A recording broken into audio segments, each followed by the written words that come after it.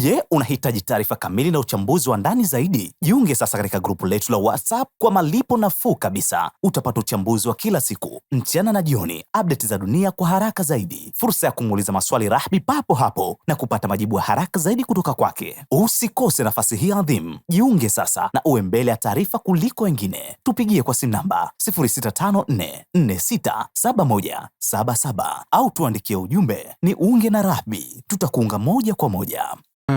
Kuna utaratibu fulani ambao nakusudia kuweka hivi sasa kwenye muda wa habari zetu unavyokuja, kutokana na rai na maombi ambao nimekwisha kuyapokea kwa wengi.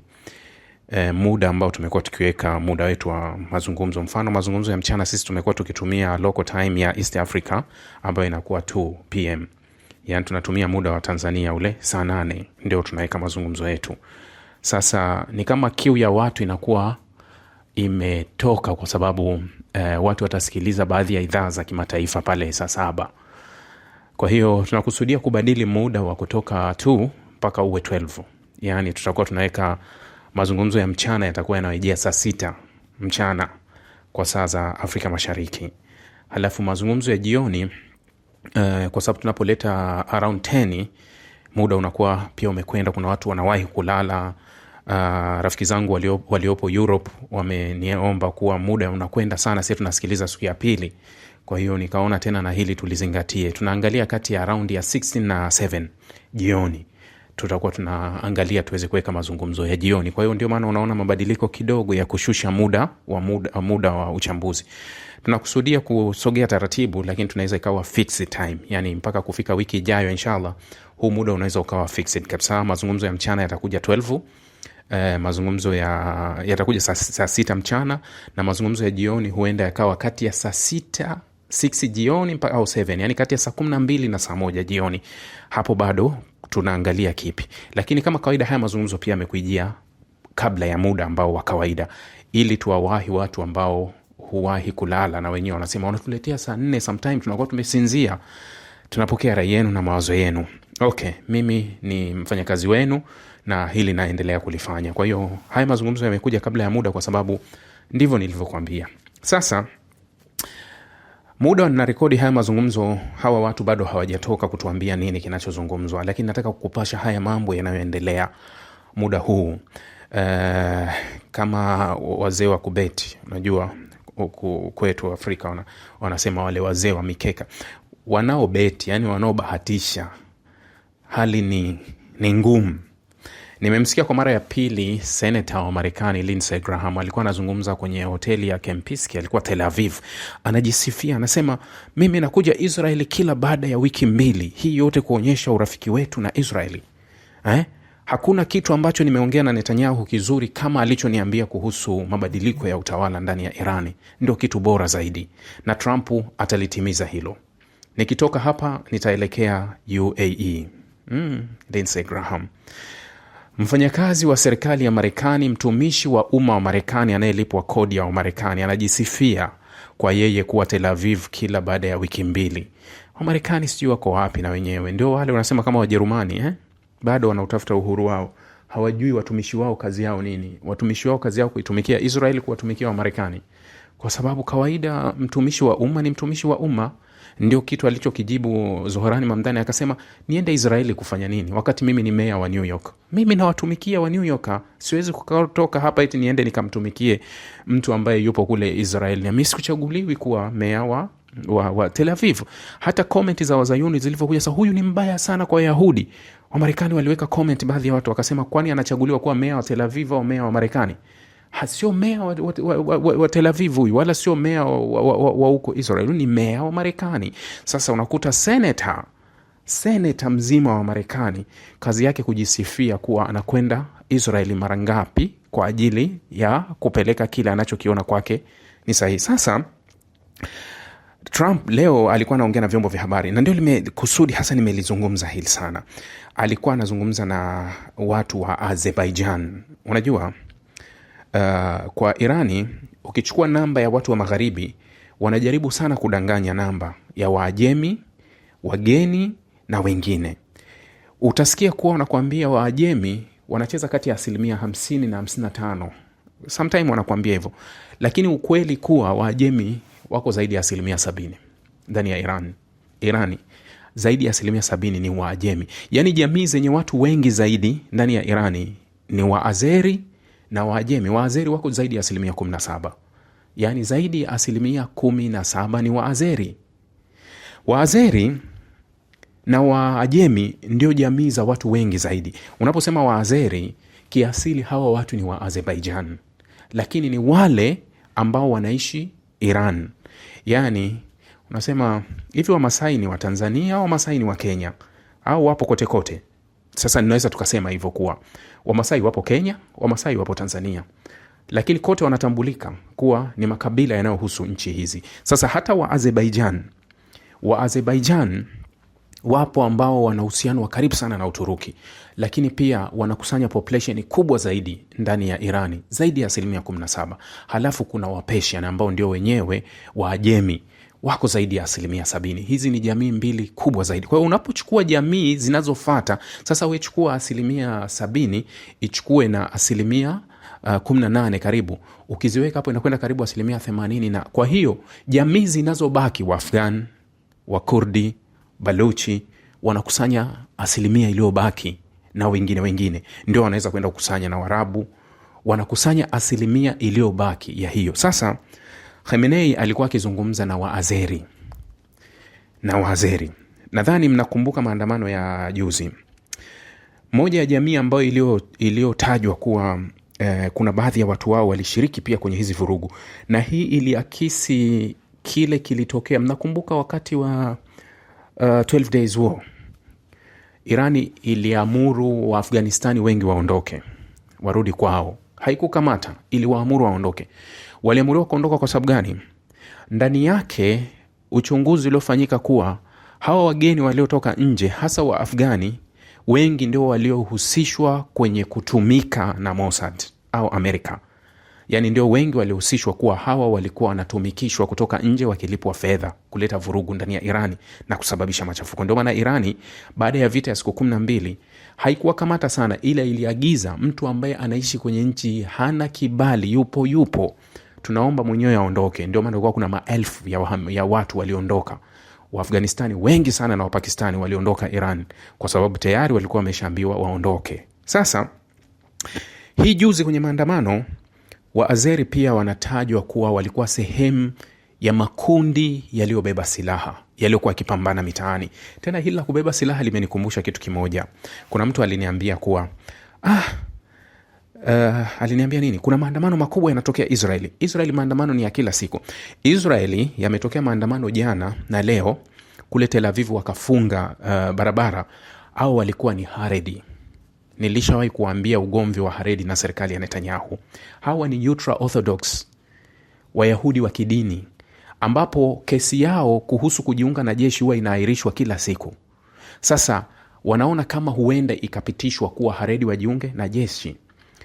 Wakafanya vurugu, wakakabiliana na askari, wakawapiga askari, askari wawili wanawake wakapigwa, mpaka baadhi ya Haredi walikamatwa, wa Orthodox. Sasa nimemsikia Rais Isaac Herzog wa Israeli. Unajua anachokisema? Rais anasema kuwa swala la kushambulia maafisa usalama ni swala lisilokubalika, na watu waliofanya hivyo wametoka kabisa kwenye kile kitu kinaitwa kuwa wao ni wa Israeli na maadili ya Israeli. Wameondoka kwenye hilo. Anawashutumu kwa nguvu zote kuwa hawa watu wanavuruga amani ya nchi na hawa watu hawafai kuwa wa Israeli. Yani imenikumbusha juzi tu. Kuna wakati yani sijui nini, unajisahau, au hiki kitu kikiwa kwako sawa, kikiwa kwa wengine sio sawa. Hiki ndio kitu mimi ambacho huwa natofautiana sana na wenzangu, kwa sababu mimi naona vingi. Wewe unaweza kuwa unaona upande wako. Kama haki uitaki kwako, kwa mwingine usilazimishe iwe haki. Haki ianzie kwako ili kwa wengine iwe haki. Juzi Rais Herzog alipokuwa Australia juzi, wakati maandamano makubwa yanafanyika Australia, nini aliweka comment? Akasema waandamanaji wanalipwa na Iran kwa ajili ya kuvuruga. Alisema. Lakini zaidi ya hapo, aliunga mkono, yeye na serikali yake waliunga mkono maandamano yaliyotokea ndani ya Irani, tena kwa kuwapa silaha waandamanaji waue maafisa usalama. Ni halali. Yani ni halali waandamanaji wa Irani kubeba silaha na kuwaua maafisa usalama wa Irani. Lakini Isaac Herzog anakuja kuzungumza kusema kuwa waandamanaji wa ndani wa Israeli hawafai kufanya hivyo kwa sababu ni kukiuka.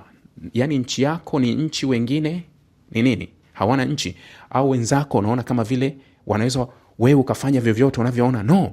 Kwa hiyo kuna maandamano makubwa sana ndani ya Israeli yameendelea. Maandamano makubwa ya jamii ya Haredi ambayo bado wako kwenye ugomvi wa asili. Ule ugomvi wa asili wa kufanya maandamano ambayo kuwa hatutaki kujiunga na. Sasa narudi kwenye kile ambacho nilianza nacho. Kiongozi mkuu wa Irani alikutana na jamii ya Waazeri wanaoishi ndani ya Irani. Yani ni Wairani wenye asili ya Azeri. Unajua hata rais wa Irani Masoud Pezeshkian kiasili ni Muazeri, ni Muazerbaijan kiasili. Lakini sio Muazerbaijan useme kuwa eti yeye ni Muazerbaijan. Huyu ni Muirani mwenye asili ya. Tunayo jamii kubwa hata sisi kwetu huku. Tuna watu ambao ni Watanzania wenye asili ya mawaziri, wameshika nafasi kubwa. Yani yeye ule utaifa wake ni mkubwa kuliko ile asili yake. Kwa hiyo ukimchukua hata huyu Masoud Pezeshkian ambaye nakwambia anatajwa asili yake kuwa inatokana na Waazeri, haimaanishi kuwa yeye sio Muirani. Yeye ni Muirani. Kwa hiyo alichofanya Khamenei, alikuwa anazungumza na Wairani wenye asili ya Azeri katika kueleza kile kitasema kuwa mshikamano wa umma.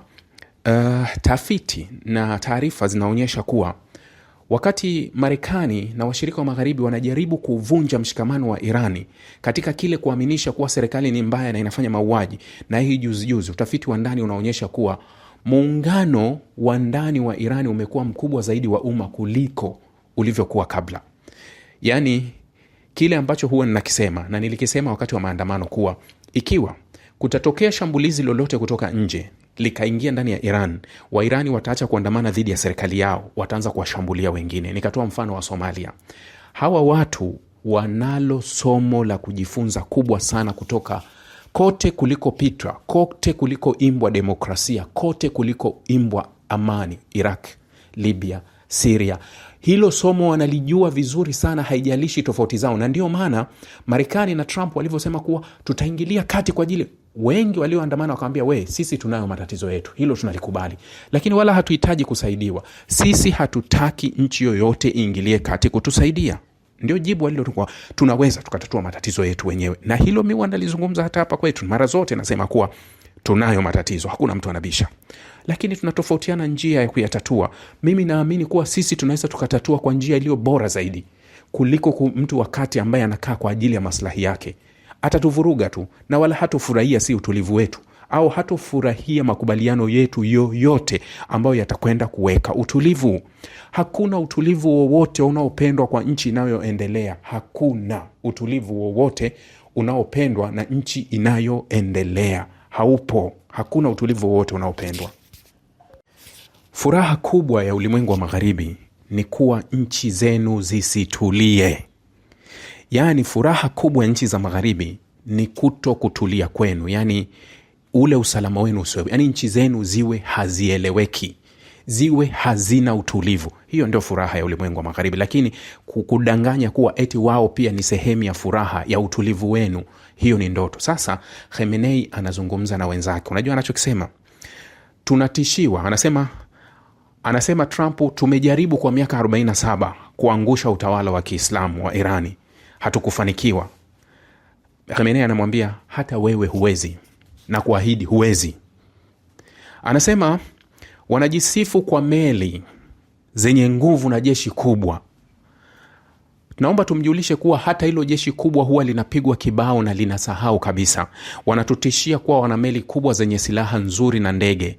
Wasisahau kuwa tunazo silaha bora kabisa za kuzamisha hizo meli. Vyombo vya habari leo jioni ukifuatilia vingi vinaandika kuhusu kauli ya Khamenei kuwa wanatishia kuzamisha meli za Marekani. Tathmini ya kijeshi haipingani na hilo, kwa sababu kuna tathmini ya kisiasa ambayo ni kama ile ya Donald Trump alitoa baada ya 12 days war kuwa tumeshamaliza, dunia halina tishio, Iran nuclear zimekwisha. Tathmini iliyotolewa na wataalamu na tathmini iliyotolewa ya kijeshi wakasema hamna lolote lililoharibiwa, kila kitu kiko vile vile. Trump akabishana na ukweli. Rahbi huwa na kauli yake, anasema muda huwa unatupa majibu kamili ya kila kitu. Muda umetupa majibu. Trump anamvuta Irani kwenye meza kufanya nini? Wazungumze kuhusu nini? Si aliangamiza? Kama aliangamiza, wanazungumza kuhusu nini? Maana yake alitudanganya. Kama alitudanganya, ukweli uli upi? Ukweli ni ule ambao ulizungumzwa na wataalam. Sasa hata wataalam wanathibitisha na kupigia mstari maneno ya Khamenei kuwa katika kipindi ambacho Marekani anaweza akaumbuka sana ni kipindi hiki. Katika kipindi ambacho Marekani anaweza akaumbuka sana ni kipindi hiki. Kwa sababu Marekani ngao kubwa ambayo anaenda nayo Mashariki ya Kati na ambayo ataitegemea kwa kiwango kikubwa zaidi ni hizi meli mbili za Gerald Ford na meli ya Abraham Lincoln. Hizo ndio itakuwa kama sehemu ngome kubwa anazozitegemea. Lakini ngome hizi zitakuwa kwenye eneo la wazi zaidi kuliko ngome zake zote, kuzidi hata kambi. Unajua, wanajeshi walio kwenye kambi za kijeshi wao wataondolewa. Lakini ndani ya hii meli lazima waongozaji na wafanya mashambulizi wawepo ndani ya hizi meli waweze kuziongoza. Na ndege zitatua hapa ambazo zitakuwa kwenye targeti kubwa kabisa ambayo ilio ya wazi. Na kwa sababu fikiria niliwahi kuambia kuwa meli ya Israel, meli ya Urusi Moskva, ipekue tuangalia, moja ya meli bora sana kuwahi kuwepo duniani, meli kiongozi ya vita, ilizamishwa na kombora moja tu. Yani ni baada ya kuidukua, kuweka mfumo, wakaidukua basi ikashuka. Nilikuwa nikiangalia, kuna channel moja inahusu masuala ya kijeshi. Yule mtaalamu wa kijeshi anasema kuwa kwa njia gani Irani wanaweza wakazamisha meli kama ya Marekani hii iliyopo sasa hivi hapa Lincoln. Anasema hii ni meli ambayo ina sensi sana na inaweza ikapambana na mashambulizi ya muda mrefu sana. Lakini akawa na wasiwasi, anasema kuwa Irani ana droni nyingi sana ambazo anaweza kuamua kuzipanga juu tu ya meli ile, yani za kutosha kwa ajili ya kuvuruga mfumo wa uwezo wa ufuatiliaji, halafu akapiga kombora akaizamisha. Hii vita inaweza ikamuumbua sana Donald Trump. Kwa hiyo Khamenei anamwambia kuwa sisi tutazamisha hizo meli zako. Sisi tutazamisha hizo meli. Unasikia kauli ya kiongozi ambaye si msemaji. Unajua Trump yeye ni kila siku anaposti, anaongea. Kila maiki ikija mbele yake anataka kuzungumza. Kila maiki, yani mpaka ule mvuto na ugumu na kutilia manani yale maneno anayoyazungumza, hakuna mtu anayatilia manani tena. Kwa sababu ni kiongozi ambaye naweza kusema hana mvuto tena wa kusikiliza kile anachokizungumza, kwa sababu anarudia kile, unaongea sana. Ni tofauti na kiongozi ambaye maiki ikiwekwa mbele yake watu wote unatulia, unakaa unamsikiliza. Kama nani? Putin, Khamenei, wanaongea kwenye utulivu ambao unatamani usikilize anazungumza nini, na kauli zake zitarudiwa sana kwenye vyombo vya habari, kwa sababu ataongea mara moja baada ya wiki 3, mwezi, kaongea mara moja. Utaweka nukuu ipi ya Donald Trump kwa sababu anazungumza kila siku? Tuchukue ipi? Hapo anaweka comment, hapo anaweka hili, hapo anaweka hili, hapo anaweka hili. Sasa kiongozi wa Irani anasema kuwa usisahau kuwa una jeshi imara, lakini sisi tuna silaha bora zaidi ambazo zinaweza zikazamisha hizo meli zako. Tishio jingine. Hilo ni tishio jingine na ni habari nyingine. Sasa tunachokisubiri ni kile ambacho kinazungumzwa kule, ambacho mi kwangu kwa kweli kila nikienda nikichungulia, ingekuwa nasema labda ingekuwa utabiri, kila utabiri wangu nikichungulia sipati jibu. Sina jibu ambalo naweza nikalitoa moja kwa moja kuwa nini kinaenda kutokea. Lakini bado naona mazungumzo kwangu mimi ni magumu. Geneva itatupa majibu ya haya mazungumzo. Unajua Geneva, nilizungumza juzi jana nikamwambia hapa ndio kituo cha mazungumzo ya usalama. Wakati mazungumzo ya Iran na Marekani yanaendelea, hapo kuna mazungumzo ya Urusi na Ukraine yanafanyika Geneva Jumanne na Jumatano, yanaratibiwa na Marekani. Kwa hiyo Geneva bado inathibitisha kuwa yenyewe bado inabaki kuwa ni kitovu cha mazungumzo au kitovu cha diplomasia duniani, sehemu ambayo ndio inaaminika zaidi kwa mazungumzo duniani. Sasa Irani wanasema watazamisha meli za Marekani. Tena kauli inatolewa na kiongozi wa juu kabisa, wa mwisho, ambaye anaahidi kuwa wewe unajisifu una silaha bora, lakini una jeshi kubwa imara, sisi tuna silaha bora. Lakini anamkumbusha Donald Trump kuwa wenzako walishindwa kuangusha huu utawala na wewe pekee uwezi. Anamwambia kuwa Marekani haiwezi, na wewe utaondoka, utauacha huu utawala upo, na wala hutogusa wala hutauangusha. Miaka 47 wameshindwa, na wewe hutauangusha. Hawa watu ni wakuacha. Hawa watu tuwaache tu walivyo, ndio wanataka kuwa hivyo walivyo. Lakini wametufunza mengi, wametuonyesha mengi ya ulimwengu. Wametufundisha vitu vingi vya dunia, kuona nini ambacho kinachokuja au nini yanayotokea. Mmeniuliza sana kuhusu kiongozi huyu wa Maktoum. Watu wanasema Maktoum, wengine wanakuambia amekufa. No, hamna taarifa ya kifo chake, lakini kuna taarifa ambayo niliona kupitia kwenye mitandao baadhi. Hakuwa Maktoum, alikuwa ni UAE President Mohammed bin Zayed has suffering a stroke. Nimeiona hii taarifa, wanasema ana shida ya stroke kiharusi, na ndio imepelekea kuahirishwa kwa ziara. Kuna kiongozi wa Uturuki alikuwa anakwenda nadhani kumtembelea, akaahirisha ile safari kwa kile ambacho wanasema kuwa hali yake sio nzuri, ana stroke. Kwa hiyo kile taarifa ya kifo hapana. Taarifa iliyopo ni kuwa inaonekana ana stroke. Nimeona baadhi ya vyombo vya habari vimeiandika hiyo taarifa. Kwa hiyo tuende na hiyo taarifa kuwa ni mgonjwa, japo kuwa was not official, haijatolewa na wenyewe. Jamani, haya.